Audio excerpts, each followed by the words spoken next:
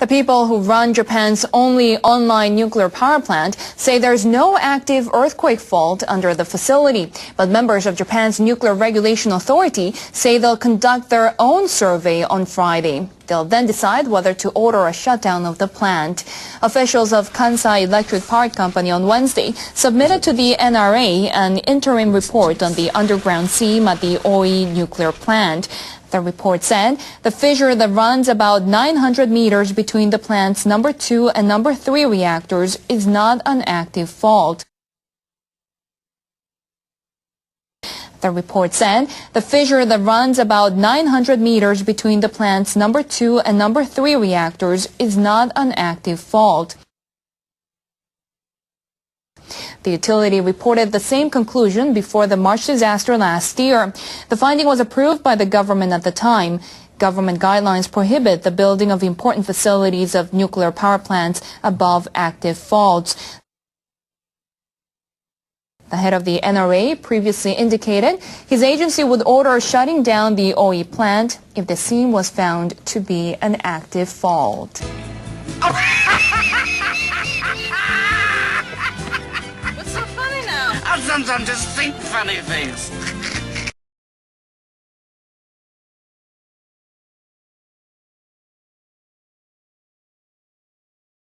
Experts spent the day digging in the dirt around Japan's only operating nuclear plant to assess its vulnerability to earthquakes. The Nuclear Regulation Authority is trying to figure out if a seam under the Oi facility is an active fault. Representatives say they could ask operator Kansai Electric Power Company to suspend operations depending on their findings.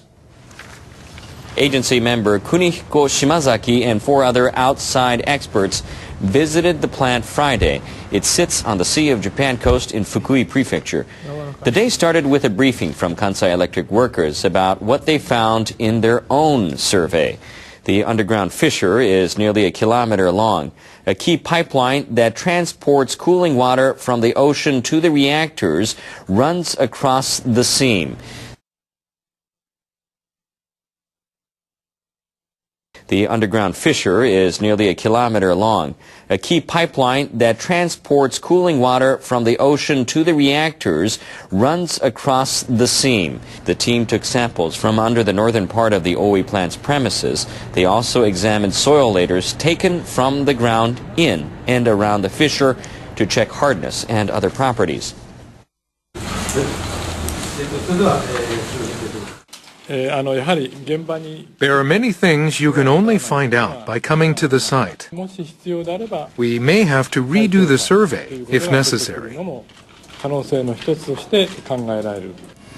Nuclear plant operators in Japan are not allowed to build reactors or other infrastructure crucial for the safe operation of their facilities directly above active faults. No shit. A former worker at the Fukushima Daiichi nuclear power plant has filed a criminal complaint against the subcontractor. He says the company knowingly instructed him to work in a dangerously contaminated area. The 46-year-old whistleblower worked at the crippled nuclear plant in March and April last year. He said he and 5 others were instructed on March 24th to lay cable in the basement of the number 3 reactor and turbine building. He says radiation in the basement was extremely high at 400 millisieverts an hour. He also says that workers employed by Tokyo Electric Power Company evacuated. However, the subcontractor Kandenko told him to stay. He refused the order and moved to work on the first floor where radiation was about 11 millisieverts per hour. Workers will risk their lives unless labor rules covering dangerous jobs are respected. I hope companies will follow the safety rules designed to protect workers. Kandenko claims it was unaware of the high radiation levels until it was informed by TEPCO after the work was completed. TEPCO has declined to comment on the case, saying it does not know details of the complaint. A year and a half after a massive earthquake and subsequent tsunami left the Fukushima nuclear power plant in Japan severely damaged, the plant's authorities are still scrambling to find space to store the tens of thousands of tons of highly contaminated water that was used to cool the broken reactors. And the problem is far from contained. The water is stored in gigantic tanks surrounding the Daiichi power plant, and TEPCO, the Tokyo Electric Power Company, has been working to clear more room for a volume of water that's expected to more than triple in the next 3 years. Finding a place to store over 200,000 tons of radioactive water is no easy task, especially with the added factor that Japan is an island nation highly susceptible to earthquakes and tsunamis. And if the situation in Japan isn't daunting enough, it becomes more complicated when you throw in the fact that nuclear authorities are entangled with the Yakuza, Japan's most notorious crime syndicate. That's right. According to Japanese government sources, the Yakuza has a long history of involvement in Japan's nuclear industry that dates back over a decade. Undercover reporters have exposed TEPCO payoffs to the Yakuza to keep quiet about safety issues and potential scandals. Look, we already know that TEPCO is corrupt as hell.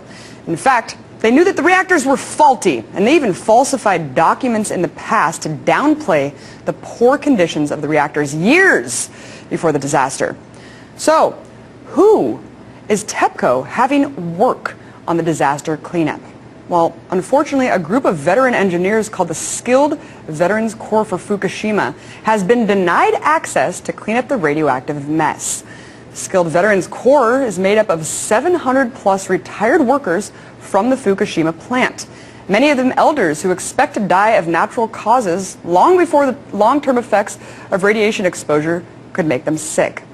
Aside from the fact that these men are willing to lay down their lives for the cleanup effort, I find it mind-boggling to believe that TEPCO is denying them access. It starts to make sense, however, when you take into account the outsourcing of organized crime labor by TEPCO. The arrest of a Yakuza boss who allegedly supplied workers for reconstruction efforts is helping shine a light on the whole operation.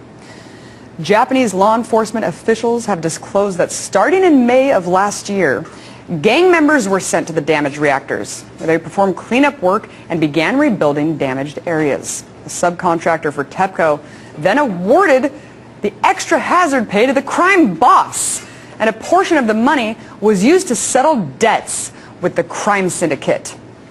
Now, while you might be thinking that gang members and criminals going in to help clean up a nuclear disaster sounds like a good idea, think about it this way. These workers are being sacrificed to do this job because they are indebted to the mob. They are desperate for work, and many of them have little to no experience being sent to what they're doing. Think about what I just said. This may be the most important aspect of all. A nuclear disaster resulting from 3 major nuclear meltdowns is unfolding by the minute, and who's sent to work on it? Gang members with no experience. The cleanup efforts must be worked on properly, or could result in the spread of 85 times the amount of dangerous CS-137 isotope that the Chernobyl disaster sent around the world. Listen, guys, this is insane. If the potential for a global catastrophe isn't opening people's eyes to the technological insanity that is nuclear energy, then I don't know what will. The idea of nuclear energy does not account for human error, Mother Nature's wrath, and the impossibility of storing the waste. We clearly can't count on the industry or the government to look out for the people of this planet. We are the ones who need to demand an end to this madness. People in New York are watching their city and its surroundings slowly heal from the beating handed out by Monster Storm Sandy. Crews are draining flooded streets. 3 major airports are now all offering limited service. And parts of the transit system are open and free for users for the next 2 days. Trains won't be stopping at a number of subway stations for some time, though. That includes the South Ferry Station at the southern tip of Manhattan. Water filled the tunnels there. And it's still covering tracks and platforms at the 3rd basement level. Workers are trying to restore power to the station. I've been here 26 years working for New York City Transit. This, without a doubt, is probably the worst flood that we've had. It will take probably weeks just to pump the water out. New York State Governor Andrew Cuomo says the New York metropolitan region is dealing with a transportation emergency. Above ground, the extent of the destruction is startling. The storm changed the map of the New Jersey coastline, destroying homes, boats, and tossing tons of sand inland. It also wrecked a popular amusement park. The swath of damage extends for several hundred kilometers. Officials say the state suffered many billions of dollars in losses. Experts have come up with an estimate for how much it will cost to fix what Sandy broke. The storm damaged homes, businesses, transit, roads, and power infrastructures. Analysts with the U.S. research firm IHS Global Insight say the bill could swell to $50 billion. They argue this could cut U.S. economic growth for the October to December quarter by up to 0.4 percentage points in annual terms. Catastrophe risk forecasting firm Ekicat says the storm may cost the insurance industry up to $20 billion. That includes property damage and losses from halted businesses. The figure is lower than the $74 billion the insurance industry paid after Hurricane Katrina hit the southern part of the country in 2005. But it's nearly 4 times what insurers doled out when Hurricane Irene hit the U.S. East Coast in August last year. Bulgarian leaders want to hear from voters on how the country powers itself. They're holding a referendum at the end of January to ask whether the nation needs more nuclear plants. Bulgaria currently has 1 nuclear plant in operation. Workers began building a new facility 4 years ago to meet growing demand for electricity. But authorities suspended construction last March. They cited high costs as well as safety concerns triggered by last year's nuclear accident here in Japan. Government leaders have been trying to promote renewable energy with backing from foreign investors. Still, some people say Bulgaria needs more nuclear reactors to offset rising energy costs. You see, always the pro-nukes say, hey, but these are old reactors at Fukushima, and generation 3 and 4 and 5 are going to be much safer. Why? Oh, well, they've got pumps that work without electricity, by gravity, and they've got this and they've got that. But it's still the same technology. You're still using fissile material, uranium-235, or you could use thorium-233, enriched in a reactor to boil water. And that produces as byproducts these actinides and transuranic elements that are highly radioactive and poisonous. And there's no way that we yet know of to isolate these from the biosphere for the necessary length of their lives. The Yanks have tried it.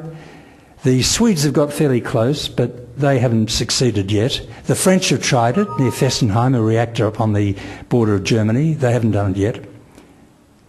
And I don't think they will, because even if you could bury this stuff, and plutonium has a half-life of 24,400 years,